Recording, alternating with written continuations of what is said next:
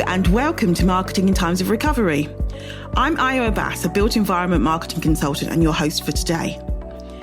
You can find out more about my work at my website, which is www.abbasmarketing.com.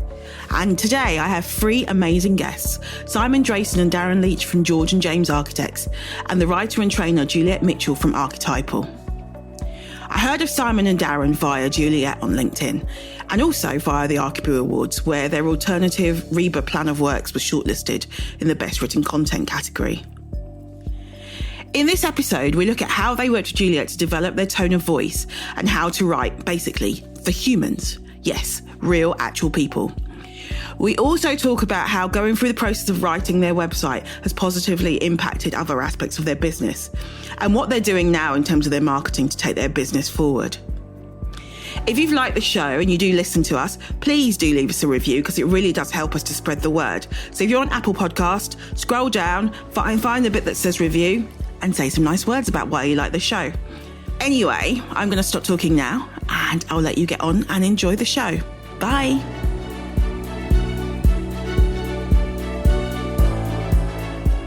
Hi, and welcome to the show, and thanks so much for coming on. Would you like to introduce yourself? So first, Juliette, would you like to introduce yourself and your company? Yeah, so I'm Juliette Mitchell and I run Architypal, and I help architects and sometimes people who work with architects, but most of my clients are architects, and I help them get their story straight, find their voice, find a way of articulating their purpose, their mission, and all those words that get bandied about, but people don't really know how to dig down into and find a way of expressing for themselves. Fantastic. And Simon, do you want to introduce yourself? Hi, I'm Simon Drayson, one half of George and James Architects. We're a small architectural firm based in Midhurst in the South Downs. We design buildings that we can all be proud of, happy, healthy places that are kind to you and kind to the planet. And over to you, Darren. Who are you? And I'm Darren Leach, and I'm one of the directors at George and James as well. And as Simon said, we have a small team based in Midhurst in the South Downs National Park. Simon's told you what we do. Which is always good. That's why. Yes, yeah, exactly. That's why you run the business. It's like, I don't need to do that part. You can do that. All right. So George and James. So I kind of got to know you, I guess, via Juliette and the Archiboo Awards and your amazing website and all of that. So how did your practice get its name, first of all? Because your names aren't George and James. Go for it, Simon. Thanks, Io. Yes, they're not George and James. They are our middle names. So I'm Simon George and Darren is obviously Darren James. George is after my granddad. James is after no one in particular. So I understand. Darren's parents just liked it. We started George and James Architects. We should say as an important that we're actually married, so that's for the banter that's going on here that exists. It might not exist in some businesses.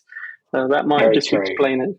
Yeah, very true. And we started because of that very reason, I suppose, as a bit of extra pocket money for nice things and holidays. We started George and James Architects as a bit of a sideline. Nearly a decade ago, actually, alongside sort of full-time work. So we had to be a bit secretive and clandestine with our operations, hence the origin of not calling it Drayson Leach Architects or Leach Drayson Architects. That is another debate for another time. One thing that was great for the website when we were starting to work on the words for the website was to actually use that little story. So it is on there. So if you go onto the page about the studio, you can read about, how Simon and Darren came up with that name and why, that we didn't want them to sound too corporate. We didn't want them, Darren, it felt like George and James sounded just right. And so that's part of telling the story of the practice. And it's a really nice personal way into who they are and what they do. Actually, do people ring up and ask for George and James?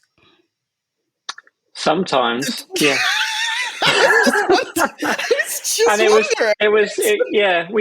We did have someone working for us a few years ago called James.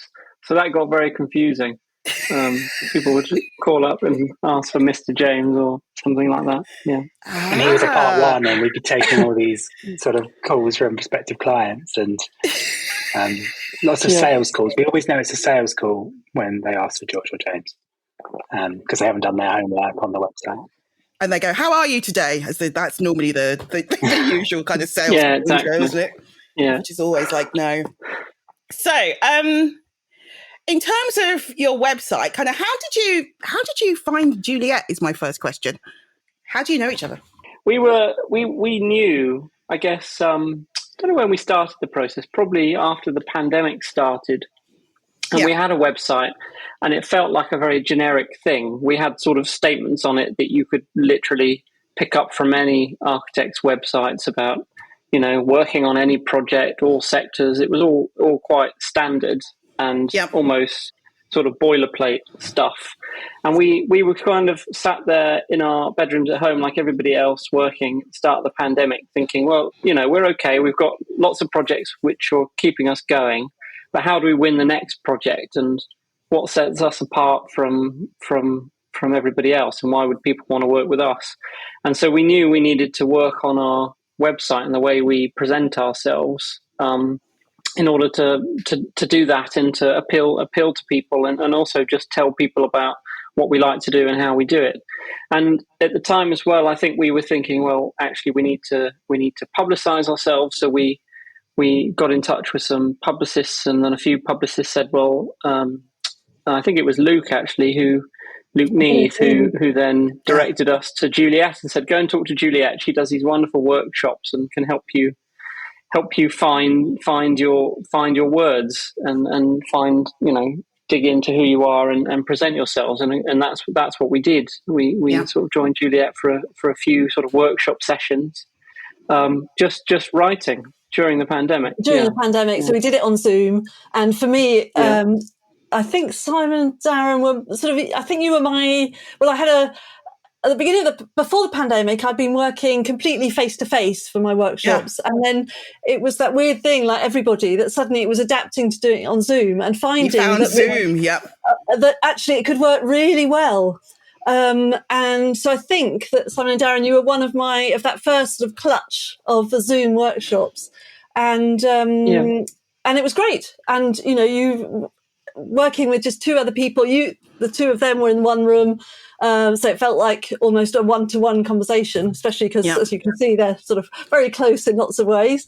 And it worked really well. It was really productive, and it was you were a joy to work with, both of you. I remember it. I remember it well, Juliette, because we were rattling around in our very big unit in Bermondsey at the time, which we'd moved into a couple of weeks before lockdown.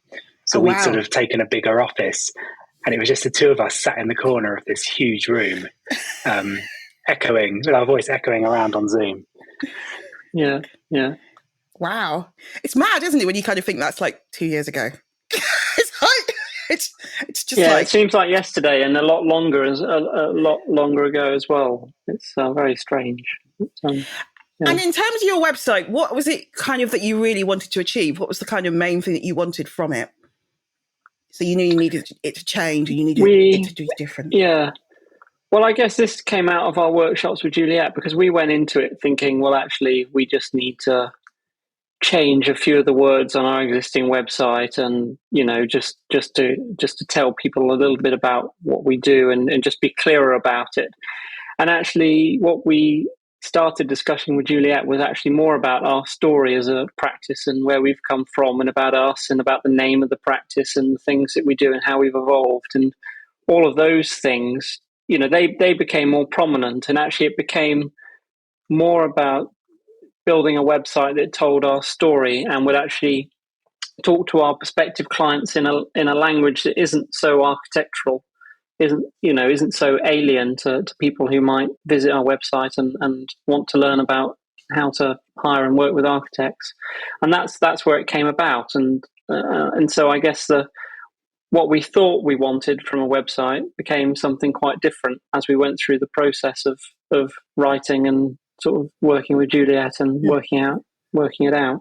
And I think that that's a really important point, and that's why I don't call myself a copywriter. I'm not a copywriter. And I think there is something about just not thinking, we need new words for our website, and thinking, I just need to get the words written, because it's not about that at all. Finding the words for your website, finding your story and your voice is a really good opportunity to sort of dig a bit deeper and to really own that story and feel that, there is a narrative behind what you do. There's a narrative that sort of glues all your projects together. And that's the story that your clients want to hear. And that's what's going to pull them into wanting to work with you. Getting your website, getting the right words for your website and getting that story onto your website is actually the opportunity to have those words ready, not just when you need to write something, but also when you're meeting your clients, you're talking to potential clients. It's so much, it goes so much deeper and wider. Yeah. It's making everything a bit more human and a bit less abstract. Because I think what we spend a lot of time, we still spend a lot of time doing is explaining things, because building things, architecture, design things, it's all quite, everybody sees it a lot more now on TV and, hundreds of different programs about building new houses and renovations and this, that, and the other. But it really is a complicated process. It's not as simple as it might seem when the cameras are cutting here, there, and everywhere. And so we spend a lot of our time, particularly with our sort of clients, our sort of new house or extension clients and so on, explaining what the process is and trying to guide them through that process. And so finding words that can help explain what is otherwise quite a complex process was quite tricky. And but I think we've managed to do that with Juliette on the website, and we're able to use that now in explaining how we do things and how everybody does things in architectural practice in a sort of easier fashion. So it's really helpful. But we're always adapting that as well. We've got a lot more to do, I think. Can I just expand on that, Io? Of course you can, Simon. Go on. Because I think for me, and I sort of was the forerunner of George and James, so I sort of was in it full time for a couple of years before Darren, from the back bedroom before that was the norm. And I sort of definitely had a bit of an inferiority complex with sort of wanting the website to be, professional and a proper architect's website, like, that I'd been aspiring to since I was at school. Yeah. And it was absolutely working with Juliette was this mind shift from it being this sort of, straight-faced, very corporate thing to, just being ourselves and being much more personal with it. And believe me, we did try writing on our own without Juliette's help. And one of the other challenges, well, being entertaining, we're very good, I think, at keeping, we're professional when we need to be, but that can descend into arguments. So there was lots of times over blank pieces of paper, snatching pens out of each other's hands, which is when we thought a mediator would be useful. Yeah. So on that note, I should say that I've since starting to work with Simon and Darren, I've changed my process slightly, because I've realised that actually to do the workshops and then to leave people to do their own writing is just too much of a dive into the, it's just too hard still. So I now kind of have a different way of working where I can stay on board, and then we have another workshop sort of along the way to help them get everything written. So at the time when we worked together, me and Simon and Darren, we'd done two workshops, and then they were going off to do the writing on their own. Now, when I did come back on board, it was actually a very different process to if I hadn't done those, if we hadn't worked together during those workshops, because all the thinking was there. We were absolutely on the same page, to use a cliche, with each other. And we could just, they understood what they were trying to do. So it was actually the writing process with Simon and Darren was brilliant, because they were coming up with, this is what we want to say. This is our, they knew their story by that point. And they would give me draft, which was already pretty good. It was all there. And I just then shaped it, made sure it was really client facing, really spoke in the language of their clients. And I think that's why it worked so well. It was a really, we were absolutely together on it. Do you agree, Simon and Darren? Yeah, do you agree? No. I'm nodding, but of course you can't hear a nod. Yeah, we do. Yeah, I agree with that. I think we, as Juliette said, we knew what we wanted to say. We just didn't quite know how to get the words on paper. Yeah, on paper. Yeah, and the workshops helped us frame what we wanted to say to begin with. So, in terms of doing your website, did it have impacts on the rest of your business and how you kind of operate? Because I kind of think in some ways when you've got the clarity on your story and how you communicate, it kind of will permeate other parts of your business. Do you find that, or was it literally mainly in the communication aspect? Short answer, yes.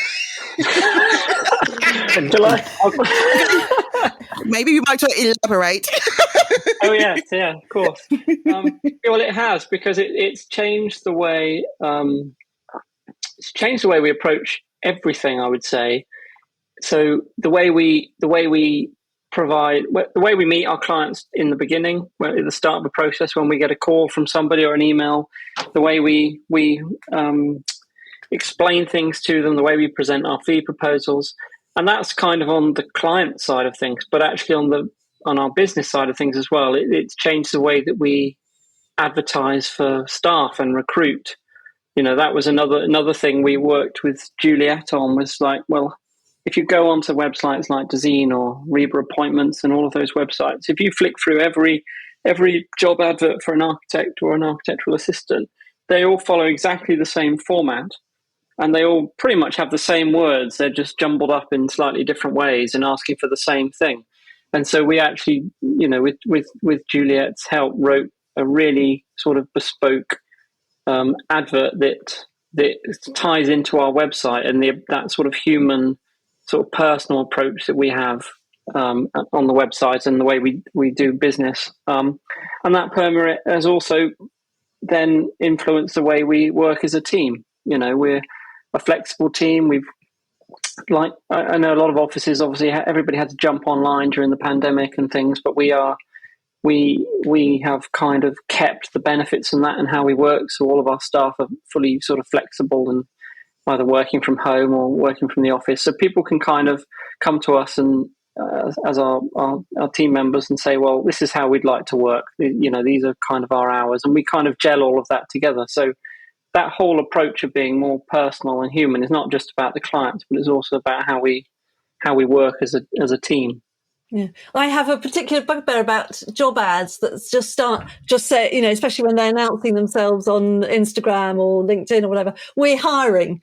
And that to me is not reaching out to the people you want to talk to in that ad. It's like, it's all about you, the practice, we're hiring. But a job ad shouldn't be about that. It should be about showing, you're this kind of person, so you'll fit in beautifully with us. And, it's got to be, it's not just about saying we're a great company. This is what the job is. It's got to be much more of a conversation with that person that you want to bring into the conversation and bring into the practice. And I think we managed to do that with the ads. Absolutely. And I think, if you're every architect should know roughly what the job of an architect is. So listing out the job of an architect and a job and an architect, bearing in mind that most architects will have spent 7 years studying and would have been working in practice for a few years probably as an architect. You don't need an advert that lists out the 20 things that they need to do as an architect. Actually, it's more about who they are and whether they're going to be the right personality and have the right attitude to join the practice. And so here's a shameless plug, if I can take the opportunity. Of course you can. We're recruiting again, so that advert has been rehashed by Darren and myself. And I'll put a link in the show notes as well. Eloquently rehashed. Eloquently. What we should have added is that the office is in the middle of nowhere, and you have to drive because we're nowhere near a train station. But that's probably not such a selling place point. To be. I haven't yet visited their new studio, but it sounds amazing. Yeah. Well, I was going to say I could hold my laptop and give you a tour, but this is a podcast. This is a podcast. It'd be absolutely no good whatsoever. Yeah. Just describe it to us. It's a lovely office. The fact that I've worked with Simon and Darren on the job ad and on quite a few other little things since then. In fact, I've even written a little thing for them this morning. Is just shows that writing is. It's not about just getting a website written, signed off, launched as a beautiful, sparkly thing, and then forgetting about it. Having those words, finding your voice is an ongoing process. There will always be things to write. So, and I think that's what's great about Simon and Darren and their team is that, they've taken that on board, that this is a story that is evolving and they have to keep, that voice is alive. And there will always be new things to write. And, a lot of that they can do themselves because they've got that, they've done all the thinking behind that. It is always changing. Yeah, that's very true. This is probably a good time to mention the blog as well, because yes, I love your blog, by the way. Thank you very much. And it's all my words and with a bit of input from Darren. And it's fair to say I probably caught the writing bug from Juliette. And actually, if I can be disciplined with my sort of time in terms of project work and carve out a nice Friday afternoon to just get lost in something different. I sort of have a sort of old laptop rather than my one with the emails on, and I take myself off to a comfy armchair and sit and write, and that's quite refreshing. And the feedback we've been getting from prospective clients who have then gone on to become paying clients has been really positive. And there was one particular blog post which was called, what was it called? How much does an architect cost? The very original name. But such an important question. Yeah. And it's the most popular page on our website, and it's had like 10,000 views or something, which, is phenomenal for a practice of our size. And we've had new clients reference those different blogs that they found, and then they've said, that's really helpful. So we thought we'd give you a call and talk to you about a project. And how do you share your blog, Simon? So once you create them on your website, what do you do? Yeah, so there is a this is confession time. We have a subscribe link on our website, Good. Which up until recently didn't actually go anywhere. I'm embarrassed to say, but that now we thought it did, but it turned out that it didn't. But it now goes to MailChimp. It's managed by our marketing consultant, Doc Leaf Marketing. They help sort of maintain the sort of readership, and we send out a monthly newsletter, which usually includes a blog post or two. Yeah. And then, it's the usual sharing it on LinkedIn and other socials. And as Darren touched upon then, I use it actually as a sort of a bit of a sales tool as well. Yeah. So if I'm having a chat with a client and they say, well, what are the risks, rather than me spend half an hour on the phone, when there's other more pressing things to do, I just sort of say, refer them onto a blog post and then say, happy to have another conversation if that leaves anything unanswered. Yeah. And that sort of is saving me time, and I think it's proving quite useful for the clients. What's so great about Simon's blog is that it is completely about the clients. It's not just saying, oh, we are delighted to have received planning permission for, which I think you've got those news bits as well, or at least on the socials. But those pieces that you're writing, Simon, they are absolutely about thinking about the client's problems and the things that are on a client's mind, like how much does an architect cost? That's a big one. And you're addressing those clients. So you're speaking directly to them in a way that a lot of architects' blogs have. They might be great, but they're not tuning into the clients in the way that you are. And I think the fact that you've had 10,000 views on that piece as well says it all. But I always think those kind of FAQs and those things that people are always asking you, if you can get those into blogs, and that's your best content in a way, because that's your evergreen content that people always want. They're always going to want to know, what's the cost of an architect? How long is this going to take? All of those types of, which I guess are quite basic questions, but most of your clients, it's the first time they've ever done a house, isn't it? Or whatever they've ever done an extension. So that's it. To us, it's bread and butter. Yeah. It's so easy to get complacent, isn't it, on that, I think. Yeah. And Simon and Darren have got an FAQ section on the main bit of the website as well, which I think works really well, which again is about saving time, not having to have those conversations every time a new client or new potential client approaches you. It's all there. And I think that was our first the first starting point for the blog post, was to expand on those, because obviously you can, how much does an architect cost? You could write books on them, and there probably are books published by the RIBA about how much should architects cost and things like that.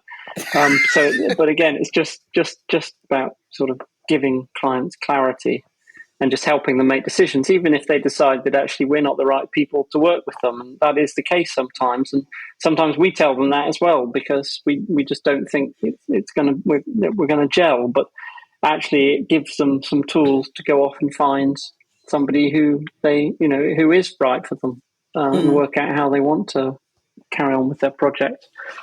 So it's a sort of sharing information as well as sort of purely helping for sales. And just to follow on from that, when we get an initial call from a prospective client, I'd say a lot of the time we get, they say, it's the old, "Oh, we love your website," but also it's, "We found your website really helpful."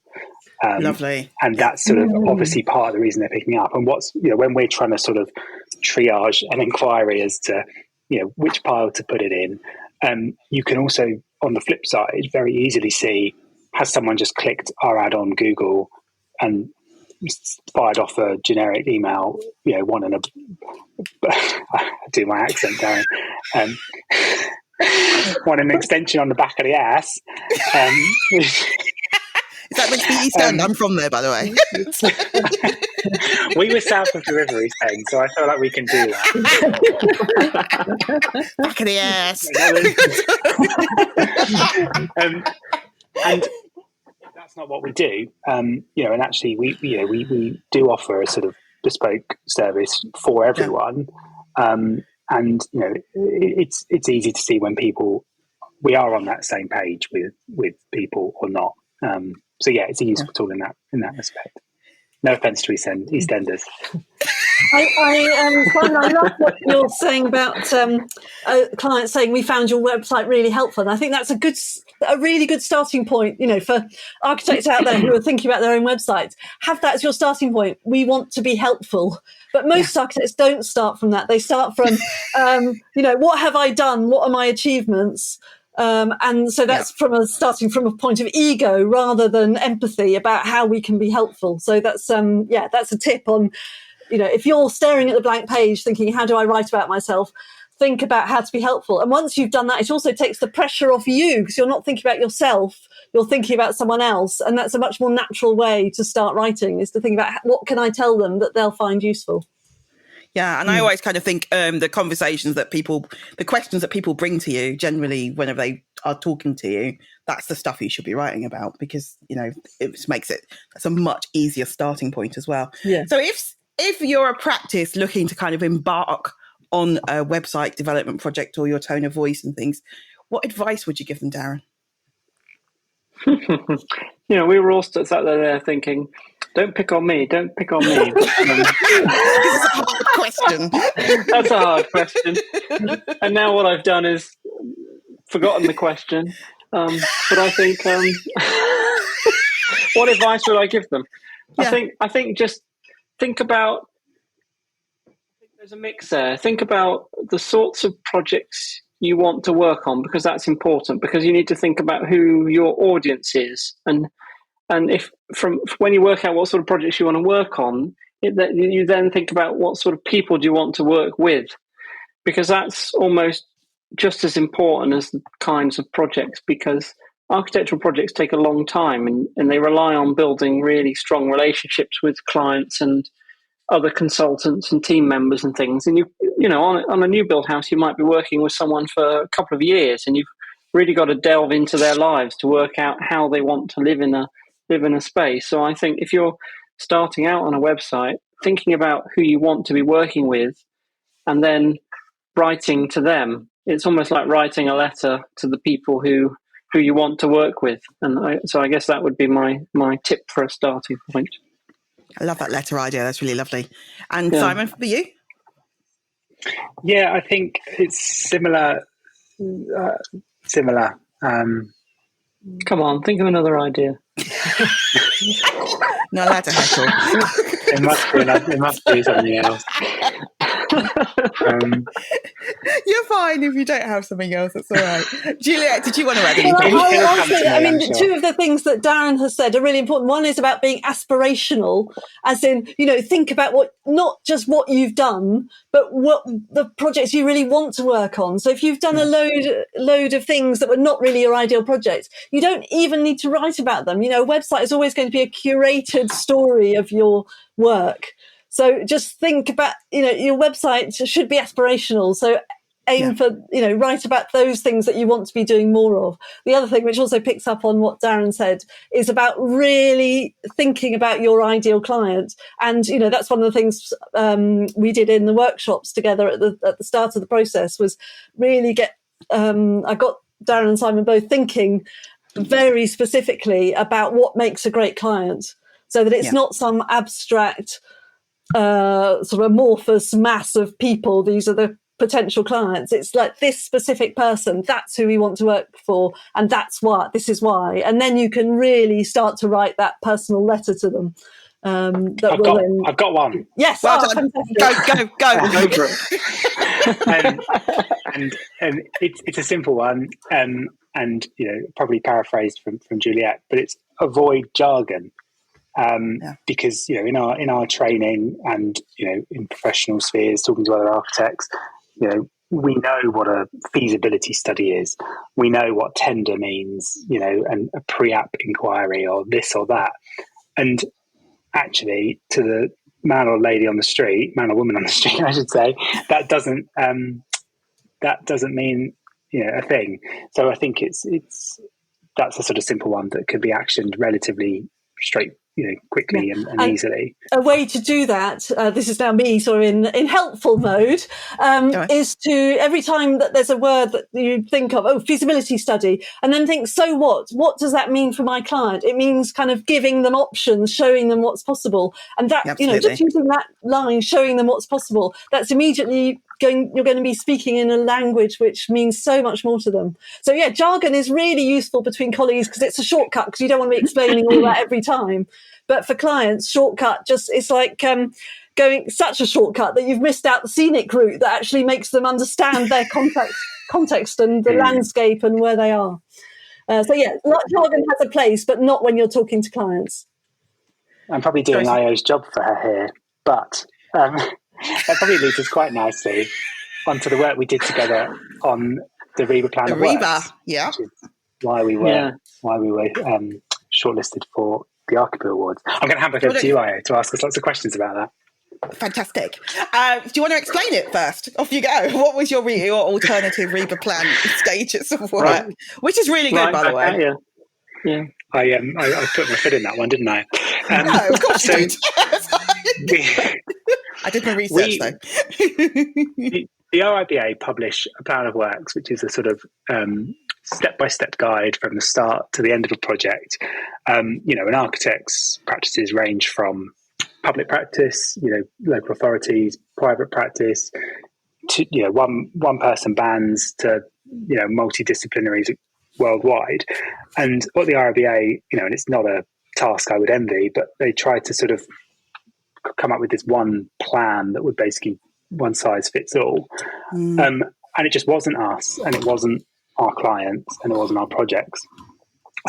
So I think it might have been Juliette's idea, but she'll probably correct me. No, I'm going to correct you. So what it is I think it was your idea, you two, I don't know which one of you, but I had always thought, I want to rewrite this, because every time I'd been onto the RIBA plan of works, I understand it. Stuck. And so I thought, I need to rewrite this, but I never actually did it because it was so hard. Because every time I went back to it thinking, now's the day to rewrite it, I couldn't quite do it. And then with work, I'll take it. It was my idea. Okay, so Darren came up with it. And that gave me the reason to actually understand it and rewrite it with their help. So it was a joint effort, and it worked really well because Juliette obviously works with architects, but is it fair to say your technical knowledge has a limit She's to not it. an architect, which is the point of me, that I haven't spent 7 years at architecture school. Same here. And we just ask questions and go, huh? Yes. And I think what we did was we took the seven RIBA work stages, and we literally set up 7 meetings. They were short, sharp lunchtime things, I think, so that we were, it wasn't sort of too much of a drag on anyone's time. And Juliette sort of interviewed us. We tried to explain it as best we can, and then Juliette would go away and put something together and then send it to us for feedback. And it was just breaking it down, just in the way that we worked together, meant that this quite mammoth task became, broke it up into manageable chunks for everyone. I guess it was also about taking, because in some ways, I mean, we stuck with the 7 stages. Because, it's kind of an industry standard thing. So when we're talking with other consultants on projects and things like that, everybody understands that language of the RIBA stages, even though it's a sort of mammoth document which covers everything and nothing at the same time. So part of that exercise with the alternative plan of work that we wrote with Juliette is that it was about not only trying to explain what the RIBA says happens at each stage, but actually what we do at each stage for our client. So it was almost a sort of combination of the two.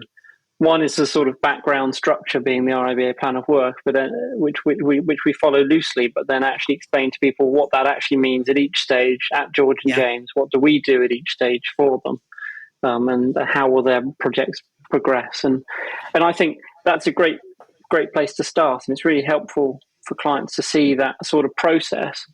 But I would say as we're growing as a practice and the more projects we're working on, I think we'll probably get to a point where we'll refine that even more as a sort of explanation for different sorts of projects that we work on. And that's probably something that we'll be addressing or approaching in the next sort of 6 months or so.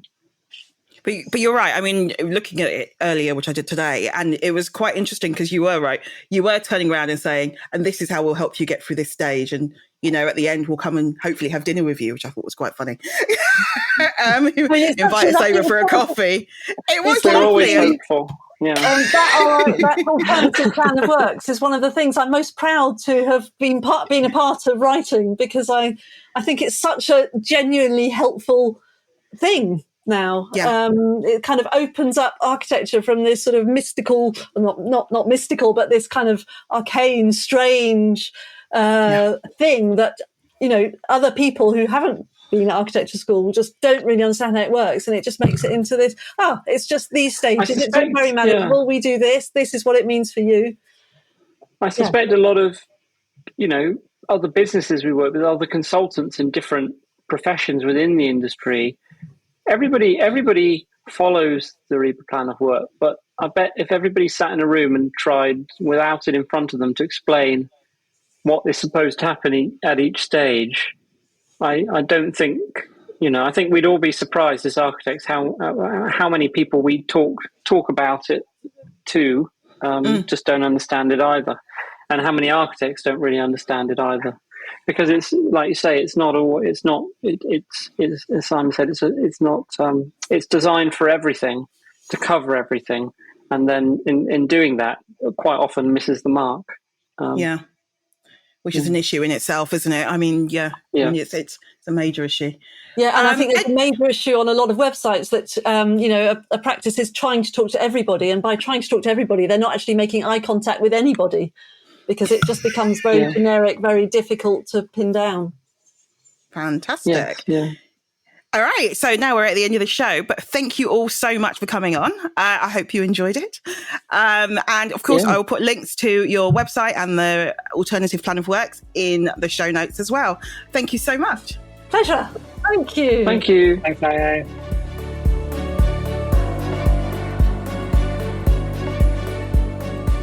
Thanks so much for listening to the latest episode of Marketing in Times of Recovery. And I'm your host, Iowa Bass. If you want to find out more about the bi-weekly show, do check out the show notes, which will give you more information about who the guests are and all the things we've covered. And if you're listening on Apple or Spotify, make sure you hit the subscribe button so you don't miss out on an episode. Until next time, bye.